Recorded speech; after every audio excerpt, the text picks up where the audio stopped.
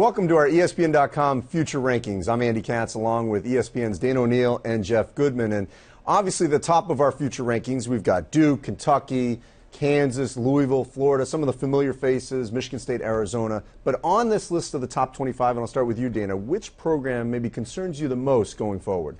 I would say right now it's VCU, and that's because, Shaka Smart obviously has been a hot candidate for every coaching job that's come up in the last 3 years.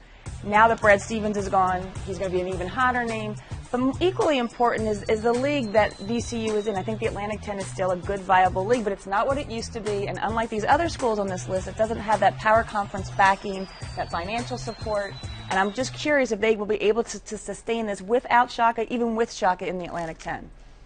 I'm going with Oregon. I mean, Iowa State at 25, I don't know how they got in there to begin with, but Oregon, to me, how many times can you go to the well with one-year guys? And that's what Dana Altman's been able to do. He's doing it again this year with Mike Mosier, who comes in from UNLV, Jason Caliste, a shooter who comes from Detroit. I know he's got Phil Knight and Nike behind him, and that'll help. But you know what? I still worry about whether Dana Altman can sustain this long-term with transfers. And for me, not to sort of play on that sort of outside the Power Five, but like you, I think it's Wichita State. I mean, Greg Marshall has had many opportunities to leave. He's chosen not to do so. Yes, Mark Turgeon got to the Sweet 16, but the consistency at Wichita State, I think, could be a problem going forward. And their league has changed. Without Creighton, they don't have that equal partner right now. I don't think Loyola, the team that replaced him, is going to do it. So I would go with Wichita State. Now, some of these sort of benchmark programs are going to have a coaching change at some point here in the near future. Duke, North Carolina, Syracuse, Louisville. Going forward, in that group, which one maybe concerns you as to how they'll handle that transition?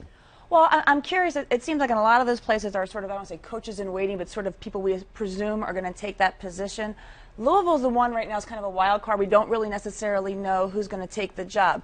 That may actually work to their benefit at some level. Rather than taking the person everyone assumes, Tom George is going to be able to shop around, and Tom George is a very savvy guy. But I'll be very curious to see who takes that job. It's a particular job. It's a different kind of school, and you still do have Kentucky down the road.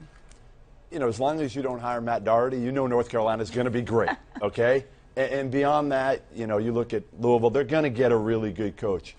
Duke worries me a little bit because they're not that program. Cade made that program. He built it. And there's not a likely guy. We're trying to figure out who it's going to be, and we don't know. Can it be Chris Collins if he has success at Northwestern? Will it be Steve Wojciechowski? Will it be Tommy Amaker? We don't really know, and again, K was that program, so I worry about them going forward. All right, so that's our future power rankings on ESPN.com, and stay with ESPN.com for more coverage of our future rankings in a variety of ways.